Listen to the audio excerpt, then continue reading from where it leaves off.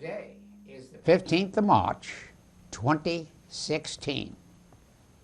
The title of this is "The Democrats and the Republicans are racing to finish up the primary season and go to the national conventions." My guest is Dave DeWitt, lead writer for the Athens News as a professional journalist, and I am Robert Whaley, retired historian from Ohio University, and this is the Athens Speakout number 357.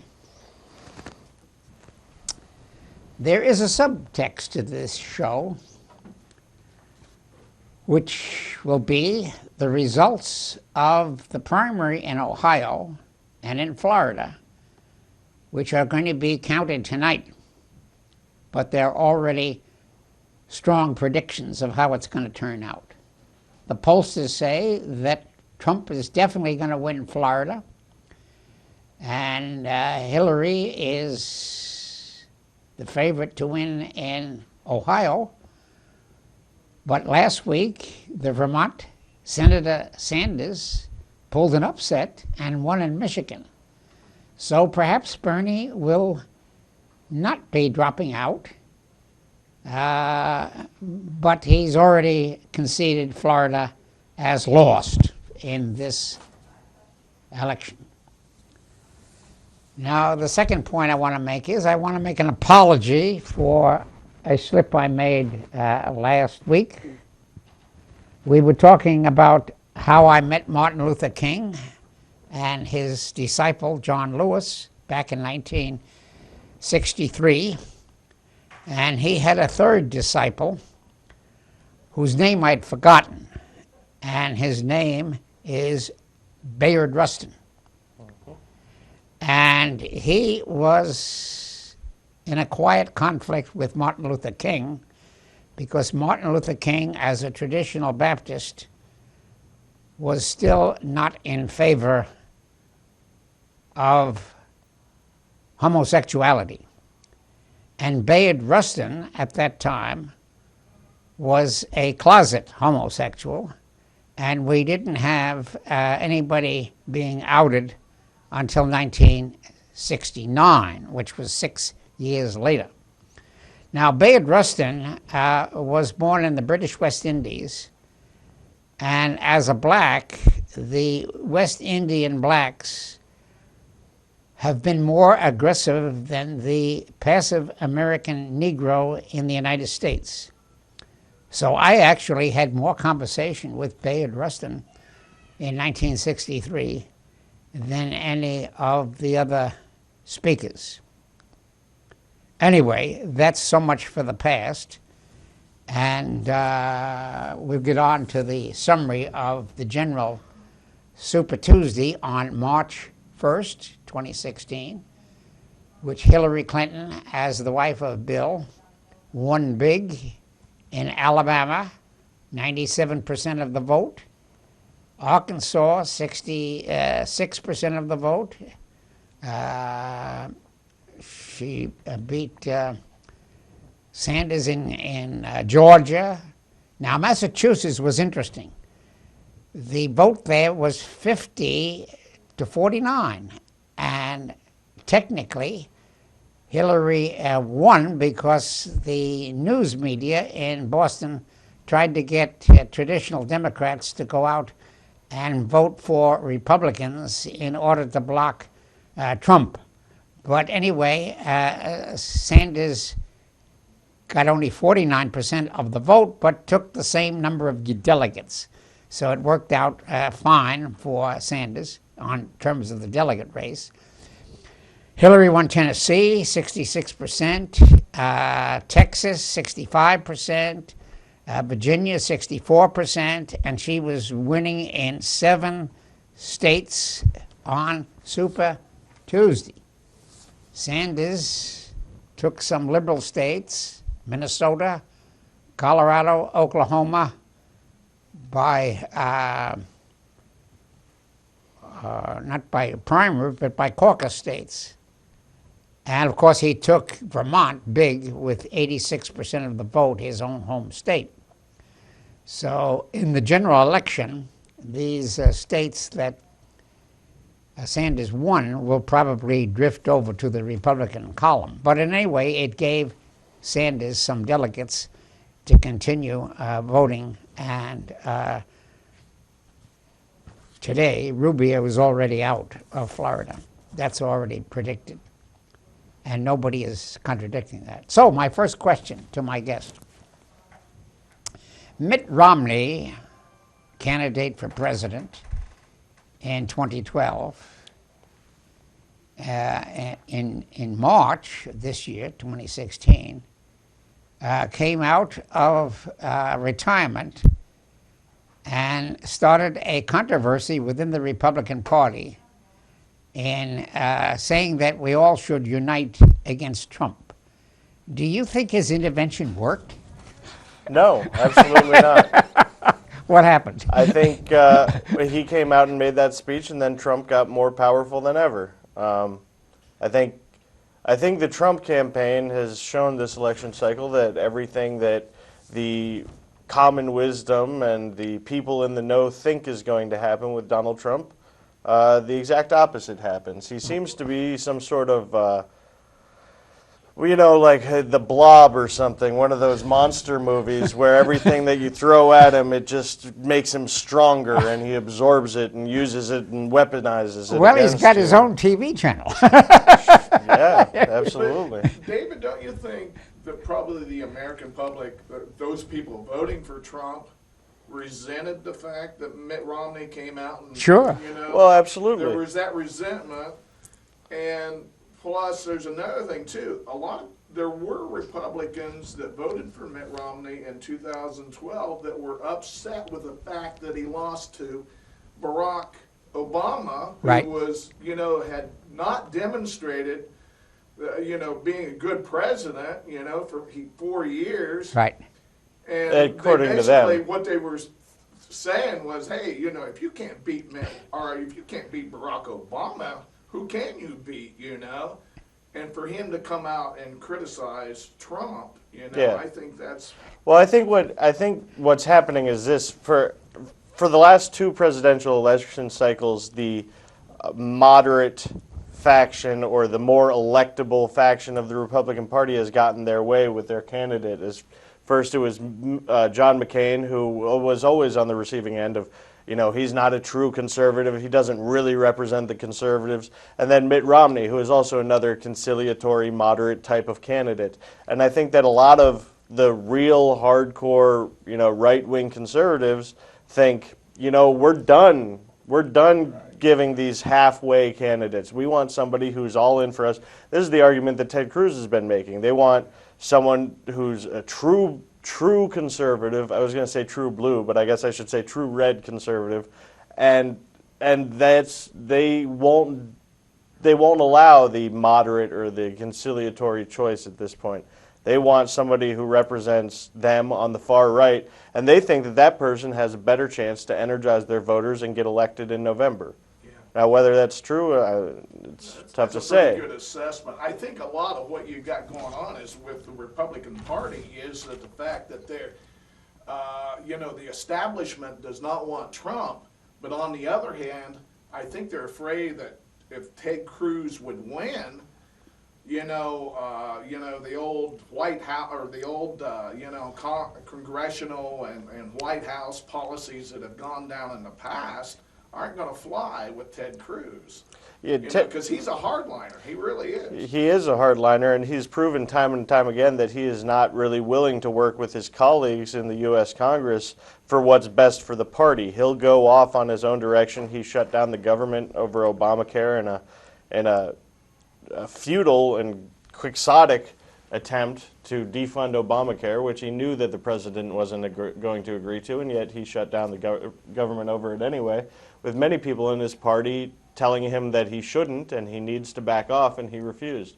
So Ted Cruz is not a very well-liked individual within the Republican Party establishment. But he's got or the Texas in the bag. or the halls of Congress. No, but he is popular with a lot of people out in the country. He's popular with Republicans on the ground. He's popular with the evangelicals. Right. He's just not popular within the halls of Congress. Well, Trump claims he's winning with the evangelicals. Yeah. And Trump is using the... Trump claims everything. Yeah, he's using He the claims he's evangelical winning with vote everybody. against both Rubio and Cruz. And I have no reason to doubt that. Do you?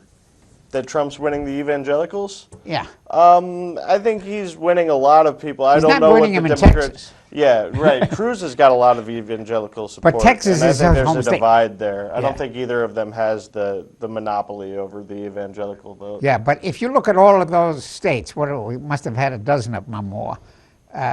Trump has won most of them, and Cruz is coming That's second true. in some. But Trump has still not won over 50% in any of these primary Right, states. that's He's true. still in the 40 That's percentile. true. Yeah. But I like when Rubio or Cruz will say that, I'm the candidate that can beat Hillary Clinton.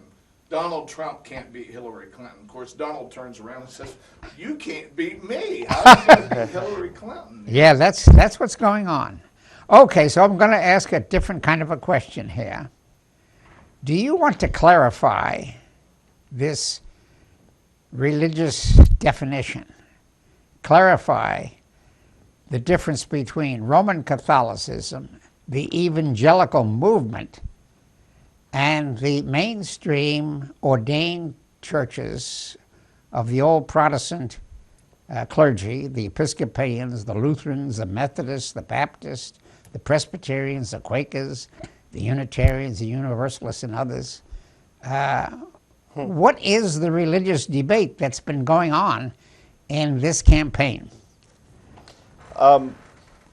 Well, I think to clarify the differences between all those denominations would probably take a whole show, probably 2 shows. But I'll just point out that within Christianity, you have Roman Catholicism on one side, and then you have Protestantism on the other. And that divergence first happened when, with Martin Luther That's in right. the 1500s. That's And right. since then, Protestantism has gotten lots of different denominations and offshoots, including all the ones that you named. How it's been affecting this election cycle, I'd love to hear your thoughts. Okay. Well, as I say, the Let me evangelical... help you a second here, Robert. You asked him a question I think that you best could answer. All right. I think David would probably agree because you've studied Okay. religion and all Right, its aspects. right. I would like to know, okay, why don't you break those people down from the Catholics all the way down to the Unitarians all right. and tell me who Okay. you think those people will vote for? You Oh, wanna do that? I don't think there'll be many Episcopalians voting for Trump. Episcopalianism is a much more open, Yeah. less dogmatic, Episcopalians more are liberal religion. practically as liberal as Unitarians. Not quite. What Quite- about Presbyterians? Well, okay. The most significant established church in the United States are the Episcopalians. George Washington was Episcopalian. Franklin D. Roosevelt was an Episcopalian. The majority of Church presidents. of the Good Shepherd, is that what it is? Yeah, that's the Church of the Good Shepherd. The majority of presidents have Okay. been Episcopalian. Well, you see, Virginia was an Anglican colony. New York was an Anglican colony. And when the 13 colonies established, Virginia and New York were the 2 most important Anglican states. Yeah. And Alexander Hamilton became an Episcopalian. Right. And George Washington became Episcopalian.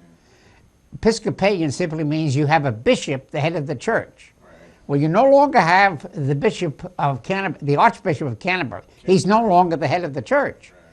In fact, George Washington becomes the president of the American Episcopal Church. And then they passed the First Amendment. We don't have an established church.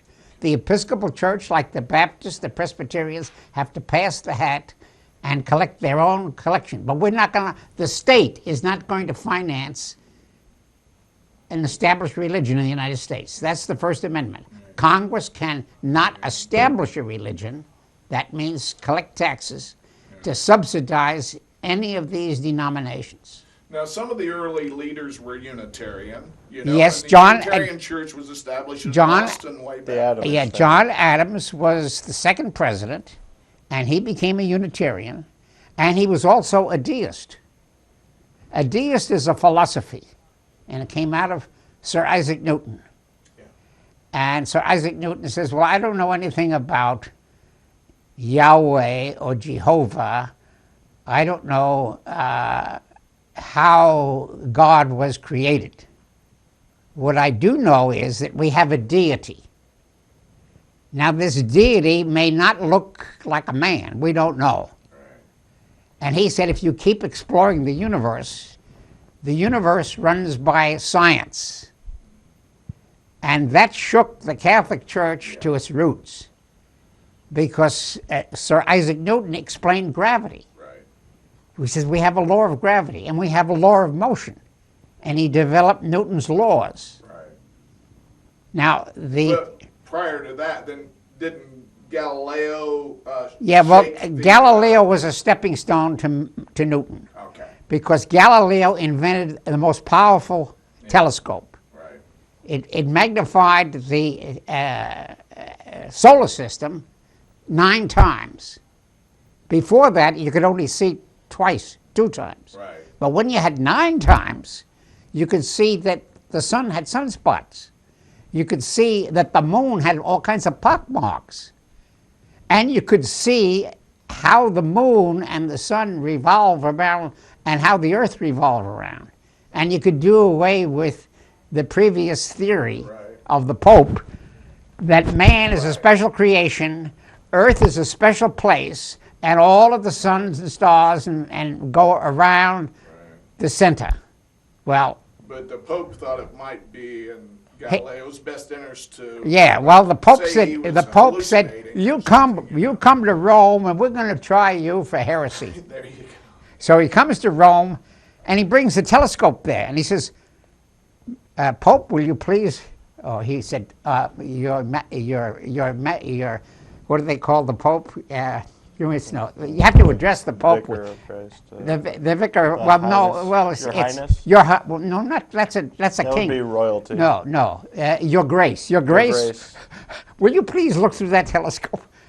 Pope says, no, I'm not going to look through this instrument of the devil. So he goes back and he has to confess. He says, okay, I didn't see it. And then when he gets back to Florence, he writes a little essay called Simplico, a dialogue between an anonymous person called Simplico and the Pope. What is the center of the universe? Right. Well, the Pope reads this and he says, you are making a satire of me. Come back here. Well, yeah, he figured out who wrote this. Yeah, he said, you confess again. Well, anyway, he confessed and repudiated his confession 5 times. Anyway, Galileo's essays were published. Newton read them. And then other astronomers came along and they proved beyond a shadow of a doubt that the Earth is not the center.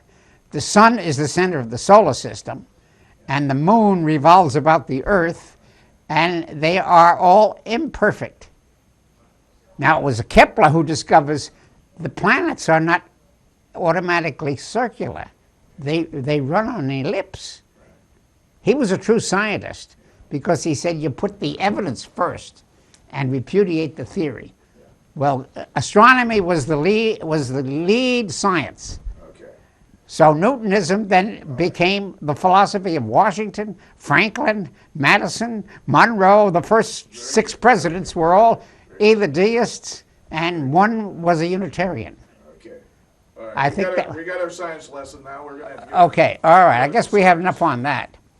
Now, the evangelicals is a movement started by Billy Graham. Billy Graham came out in 1948 as a Protestant, but he had a more liberal, open campaign.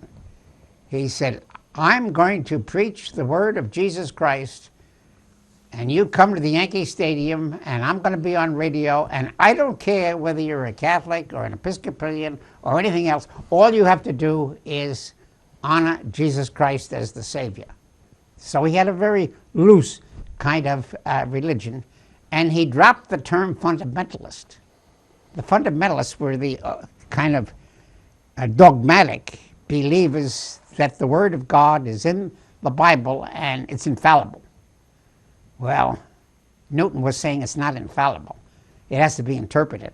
So the evangelicals are very vague of what they believe, and it comes from John the Baptist, who means that he's sincere in his faith, okay?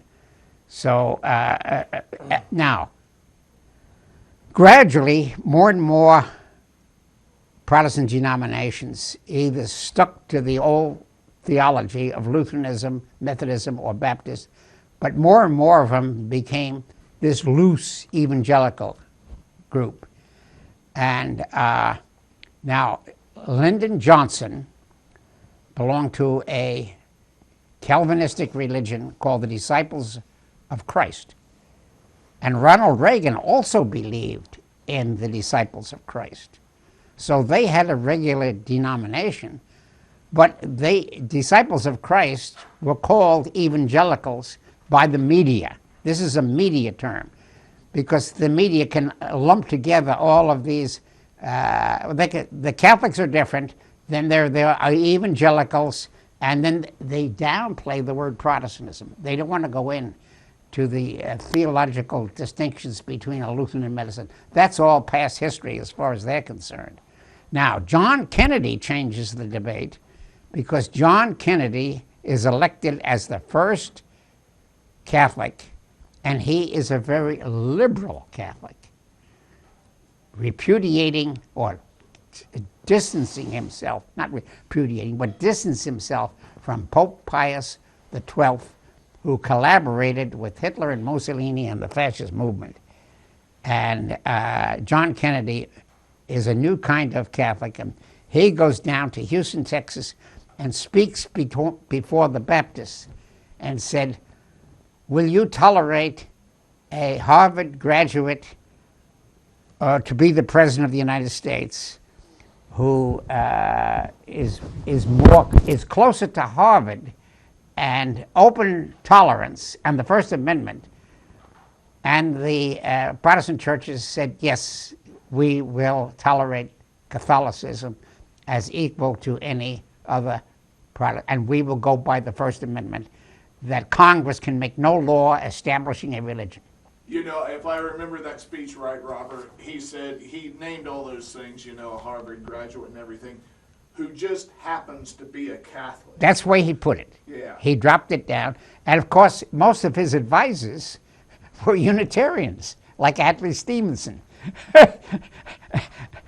And so Catholicism was moving to the left in politics. Okay, so I guess that's probably enough on that. Anyway, I have an interesting column here. This was published in the Athens Messenger. It was written by Randall Balmer on the 6th of March. And Randall Balmer is a Episcopal clergyman, and he also has a PhD in the history of religion. And he talks about how he was born and raised in an evangelical church, probably the Baptists. And then the headline is, "Evangelicals' support of Trump shouldn't come as a surprise." And furthermore, he says, the evangelicals of his day, that used to be close to the Bible, are abandoning the Bible rather rapidly. America's evangelicals have become secular, more and more interested in the pursuit of wealth and political influence than the fidelity to the teachings of Jesus. Now, in the little excerpt, it says that Randall Balmer has written a biography of Jimmy Carter. And in my mind, I agree with Balmer that Jimmy Carter was the last believing Democrat and believing Christian who's held the office. And the presidents since then are playing with religion, and you really can't believe what they believe in. How As you say, cynical of you, Bob. well, you said it yourself, that Cruz is a snake oil salesman. That's Yeah. exactly what the old-time religion did back in the 19th century. I'm going to save your soul. Just listen to me. But a high school understanding, an 18-year-old understanding of Christianity is not sufficient in the 20th century. I had to learn that the same way that Balmer learned it. I went to Bates College in Maine, where it was required that everybody take a science course, everybody take a religion course, because the religion course was taught by a Unitarian. Comparative religions? Yeah, comparative religions, okay. So anybody who gets a PhD or a law degree is either an agnostic, very few are going to say they're atheists, but they're going to interpret religion in the loosest sort of a way. They're not going to stick to the old Bible, the biblical text. Are you implying that our politicians aren't being totally forthright with us? That's correct. Would you agree? I'm shocked. Just shocked.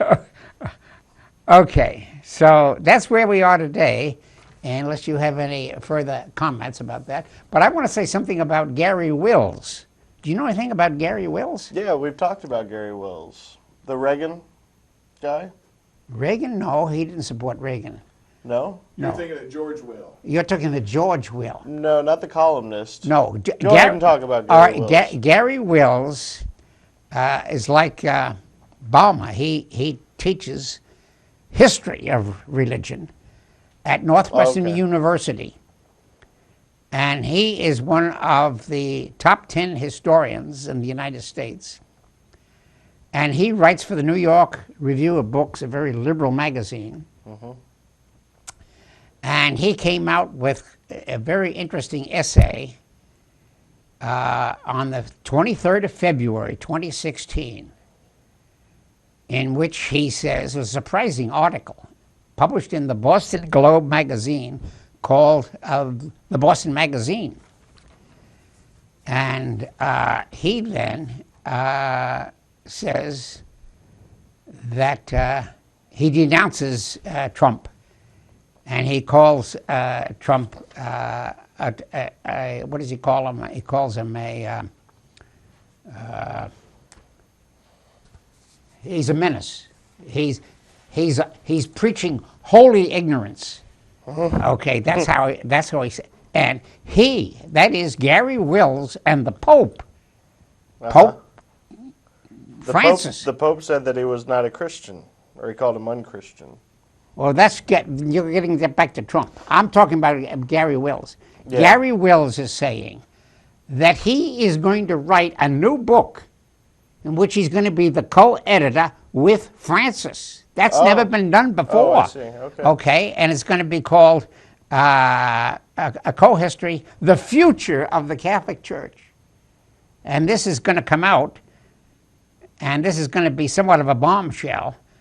And this is going to be a liberal Catholic and a liberal Pope writing for the American religious community.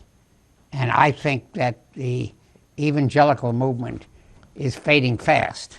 That's my opinion. That should be a lot of fun. Yeah, that's my prediction for that. You say he's at Northwestern there, and what, is Evanston? Yeah, Illinois? right. He's Just retired north of now. Chicago. Yeah. Yeah. And he's written about 30 essays for the New York Review of Books. And this Boston Magazine is a kind of a intervention into current politics, okay? So that leads me to define my own religion. I call myself 1/4 Christian, 1/4 liberal, 1/4 socialist, 12% conservative, 10% anarchist, and 3% for future growth. And these academics, whether they're in literature or philosophy or law, are open after 18 to future growth and reinterpretation of traditional Christianity in relationship to science and philosophy. The evangelical is kind of locked into a rural, hinterland kind of understanding of the text of the Bible, debated as it was. That's the difference. You have any comments or questions about this? So Gary Wills is a very liberal Catholic. And Pope Francis is moving like John the 23rd in the liberal direction, and has got his hand open to the Muslims for dialogue.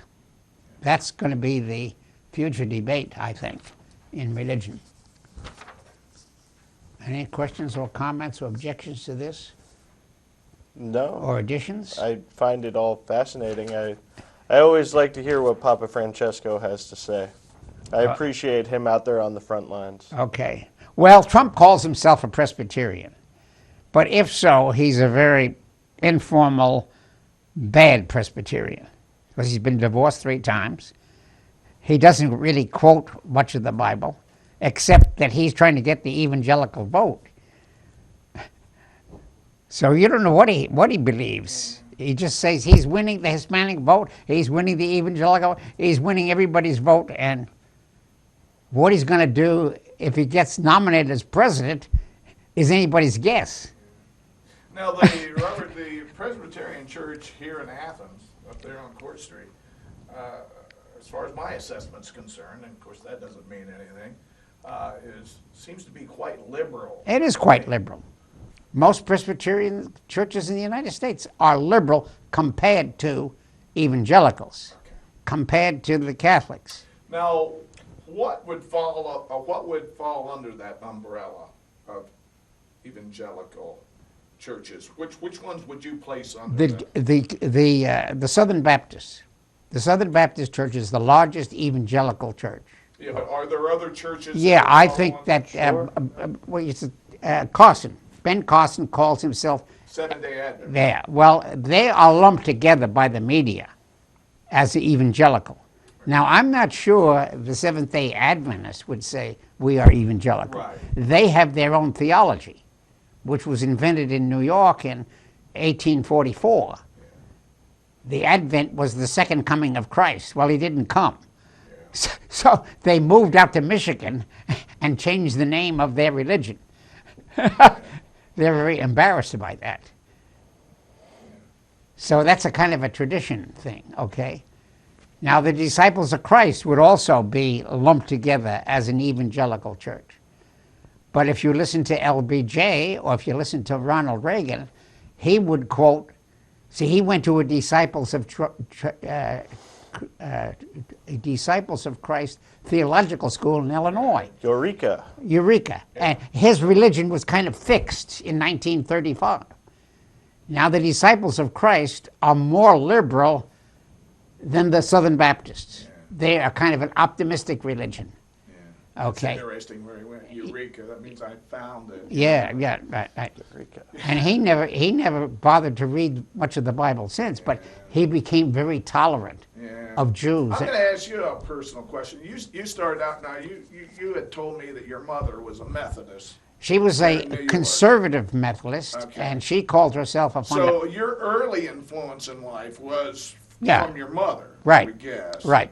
And then you really didn't get any religion until you got to Bates College, right? Well, I got an open mind to that.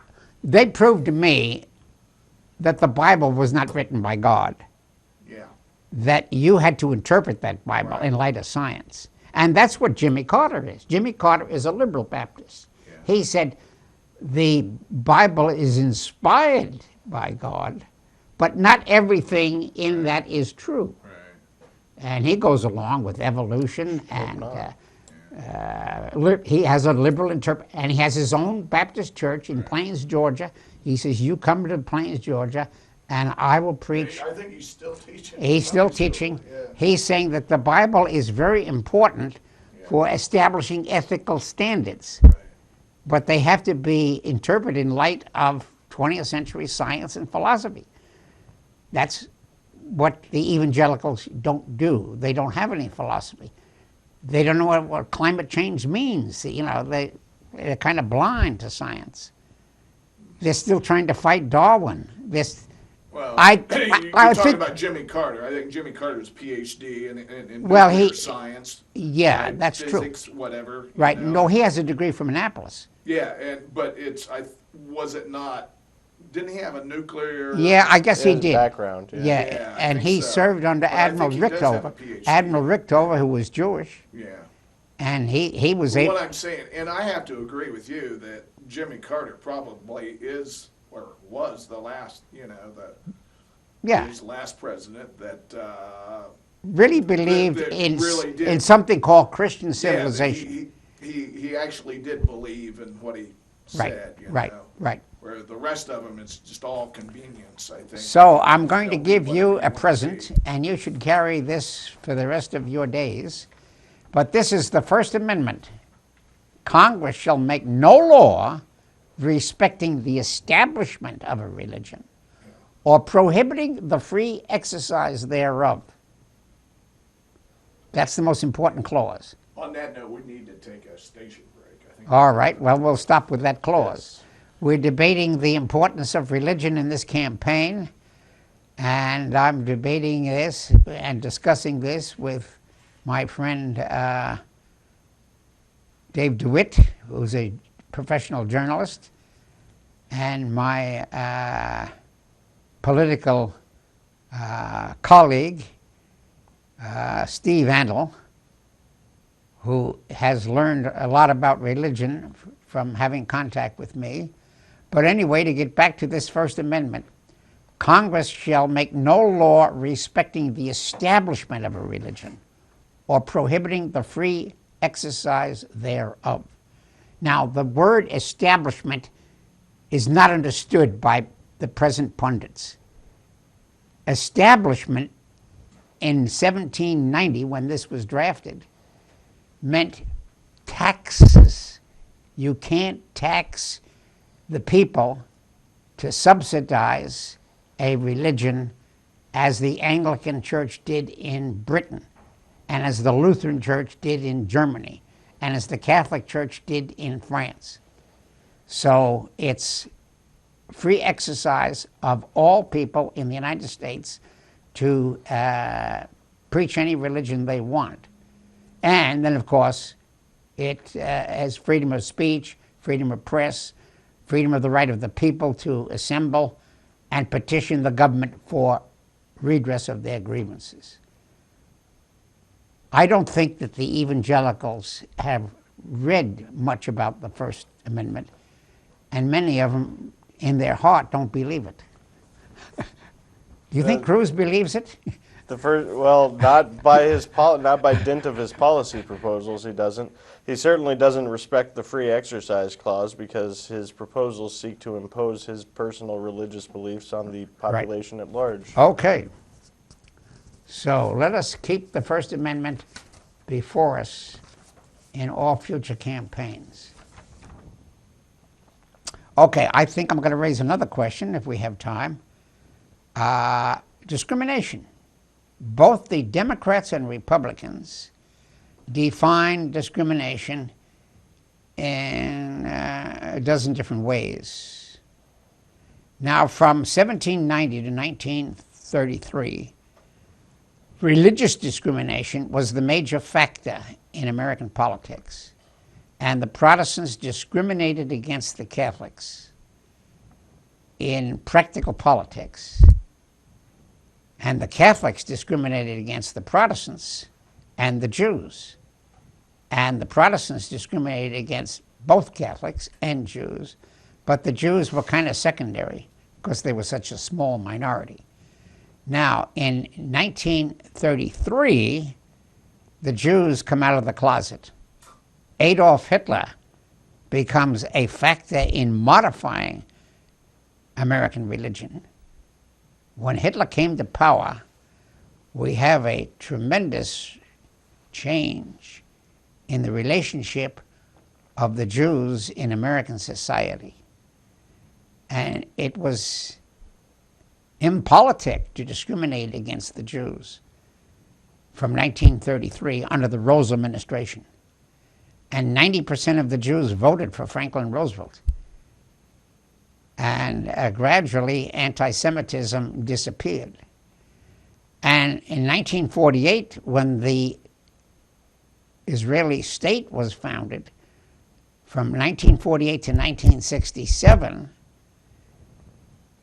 the Jews within America and within Germany made rapid changes in denouncing Hitler's form of discrimination, and West Germany officially, 1958 to 1961, ended all discrimination against the Jews in both the Catholic religion, the evangelical religions, and the Lutheran religion.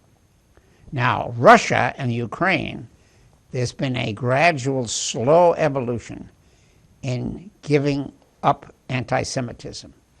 It is still an open debate whether the Ukrainians or the Russians are more anti-Semitic to this day.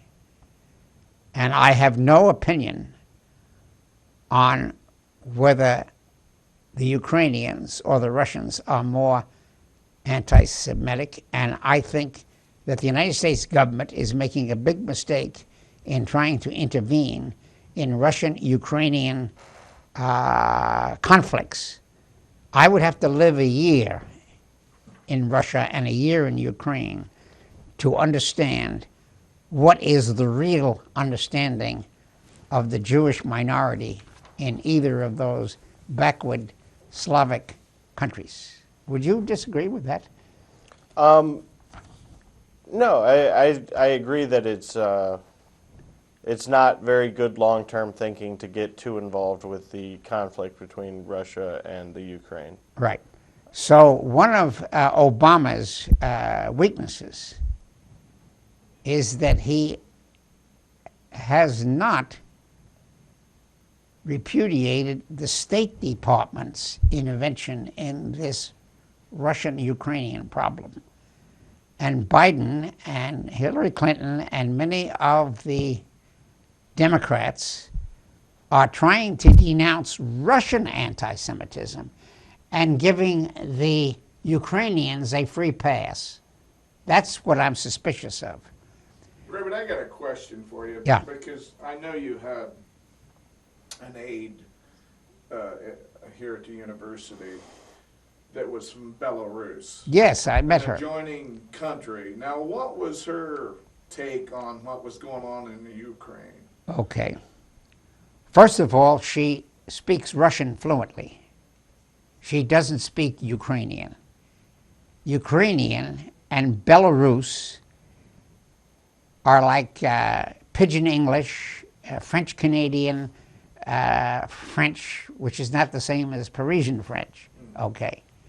Now, a Ukrainian and a Russian can understand each other. Yeah. It's like Portuguese and Spanish. Yeah. It's like Castilian and Catalan.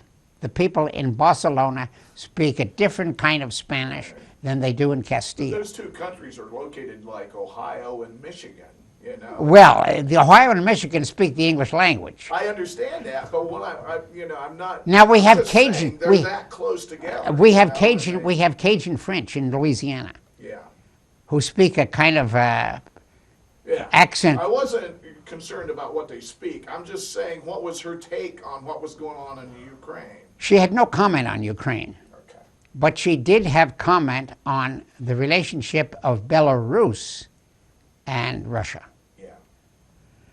because Stalin played a trick with Franklin Roosevelt. Because Franklin Roosevelt, when he went to Yalta, said we should have Russia, China, France, England, and the United States as the 5 members of the Security Council. And we should all approve the United Nations Charter. And Russia, you shouldn't be concerned about this because you have a veto power. Well, Stalin was still uneasy about that because he said, okay, Roosevelt, you're kidding me. You have 21 Latin Americans, and you're going to get 21 Latin American votes for the U.S. every time. And the British have 15 Commonwealth countries, Australia, Australia, New Zealand, and they're going to get about a dozen votes. So I'm not going to be very equal in the General Assembly. So Roosevelt, in order to quiet Stalin, said, okay, we'll give you 3 votes. One for the Russian Soviet Republic, one for the Ukrainian Soviet Republic, and one for the Belarus, or the White Russian Republic. Okay? Now they live in the swamp between Poland and Russia, and they speak an accent that has a few Polish words in, and the Ukrainians have a few Polish words. Because for 300 years, the Ukraine was under Polish domination. And the Poles and the Russians have had a hostility going back to the 900s. So they want to purge the language on both sides of that swamp. I didn't mean to get you off topic. Okay. So that's the problem of language and nationality. Sure. Does the nation state follow anyway, she was speaking fluent Russian because she was going to get a job in the United States. And she left here and she went to work for the State Department, translating Russian into English. So she wasn't particularly interested in learning the Belarus dialect or the Ukrainian dialect. So anyway, that was her attitude.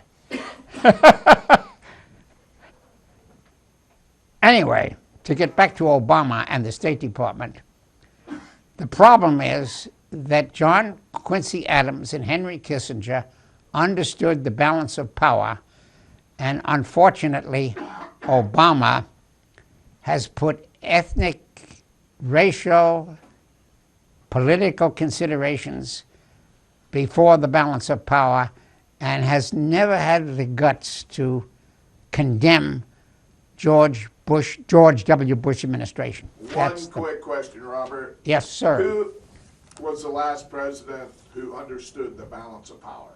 Oh, Your opinion. In my opinion, Jimmy Carter understood it, but he understood it in theory. But he didn't have the diplomatic experience to carry it out in practice. Because when he got into office, he was going to have détente and peaceful coexistence with both Russia and China, which what Kissinger was talking about when he went to Beijing and gave Beijing the United Nations seat, okay? Now, unfortunately, what Jimmy Carter didn't understand was that his understanding of the Jewish religion from reading the Bible was insufficient. And he got into trouble with the Zionists because Zionists and Jimmy Carter had a conflict once Carter got into office. And Jimmy Carter had to appoint a Secretary of State, Vance, who was going to carry out this détente program. But he also had to have Zbigniew Brzezinski as his national security advisor. Now, Brzezinski was dyed-in-the-wool, anti-communist, hater of Soviet Union, and also, as a Polish nationalist, was a hater of Russian nationalism. So, behind the scenes, Zbigniew Brzezinski was a hawk, and he got the CIA to intervene in Pakistan and in Iran, and Jimmy Carter got into some diplomatic hot water when the Iranian Revolution broke out, and he couldn't handle the details of the State Department because there was a anti-Russian desk in the State Department, and there was a petroleum desk in it, and Jimmy Carter just didn't have the skills. Cyrus Vance didn't go along with... Cyrus Vance wanted Jimmy Carter's peaceful coexistence, but he was undermined by Zabriskie and the CIA. So Jimmy Carter wound up as a kind of a naive manipulator of the balance of power. He didn't know the nuts and bolts of it. Well, anyway, Ronald Reagan won the election of 1980. He was going to end the Cold War. And Ronald Reagan surprised me. But that's another story, I guess. We want to get on to this election. Do we want to talk about anything more about that last question? Is there a special kind of discrimination in Christian society against Jews? Here's an interesting article. Who would Jesus vote for? Bernie Sanders. Bernie Sanders is a secular Jew, the most Christian candidate in the race. And this is written by another theologian by the name of Prothero, P-R-O-T-H-E-R-O, who is a student of religion and exposes the evangelicals. Okay, he's a Protestant. He wrote this article in USA Today, and he's very similar to Balmer and Gary Wills as a kind of a secular, open-minded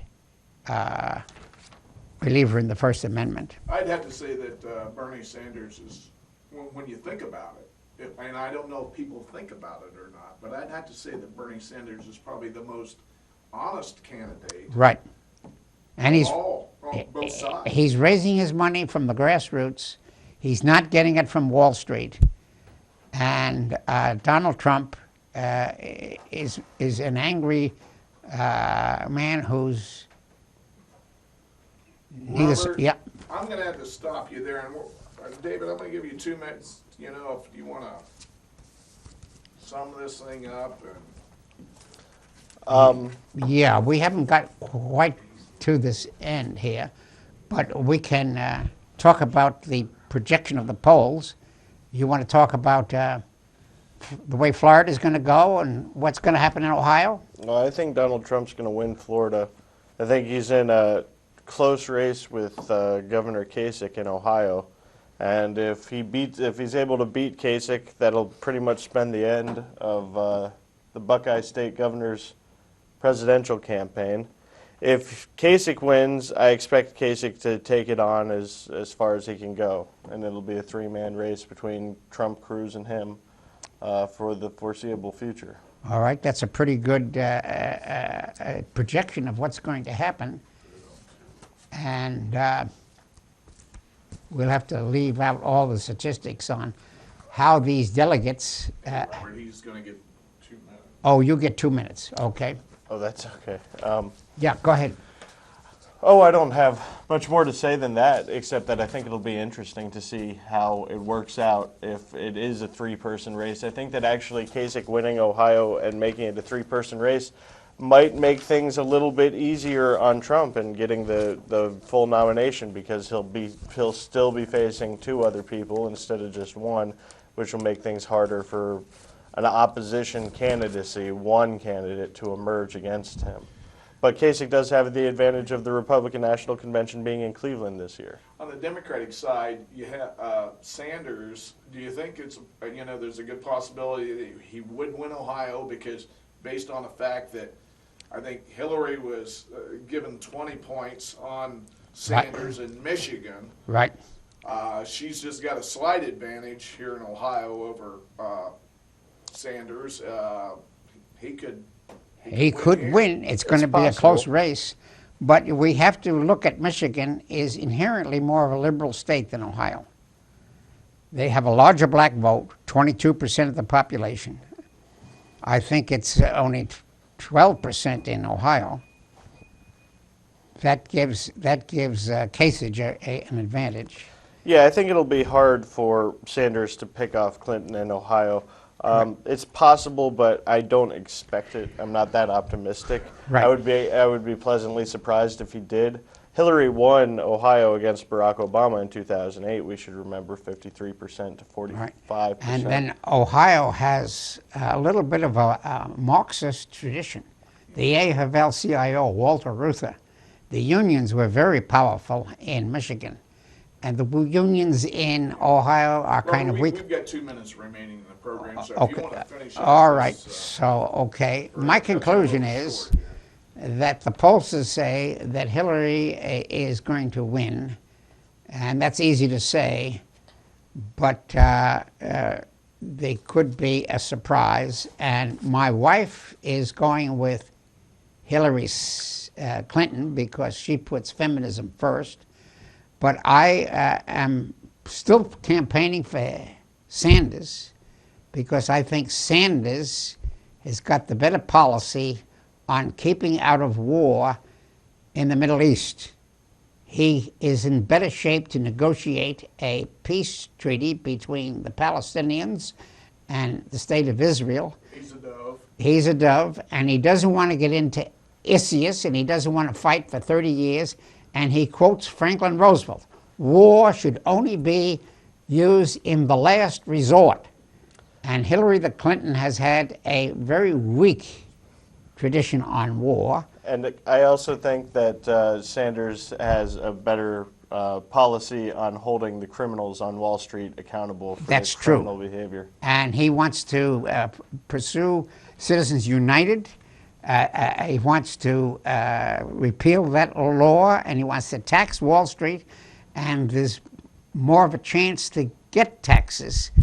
With Hillary Clinton is getting money from Wall Street funds, and she has raised, she has had 33 financial companies support her. She gets $1 million. Well, they're not scared of her. They're scared of him. Who's scared? The Wall Street criminals. Goldman Sachs. Yeah, well, you see, they think that since since Sanders is an open socialist, that the socialists are going to lose in the long run. The New York Times backs Hillary. The Citizens United, the USA supports Hillary. Yeah. Very few senators are supporting Sanders. If Sanders wins, he only wins as an individual. And he will have bargaining power, maybe, at the convention if it's a block convention. Now, he may have to take vice presidentship because he and Hillary agree on the fundamental issues of Social Security, minimum wage, and the bread and butter issues of the Democratic Party. Right. So they could make a compromise. They could.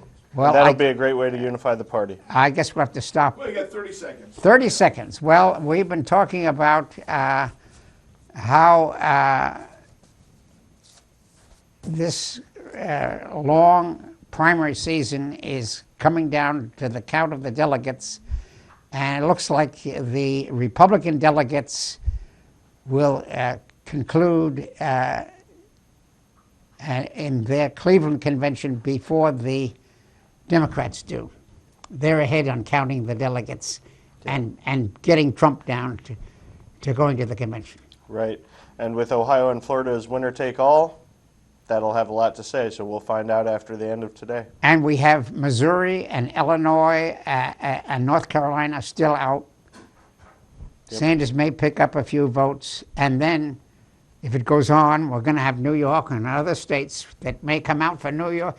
He may get more delegates We'll if see. it goes on. Thanks for having me, Professor. Okay.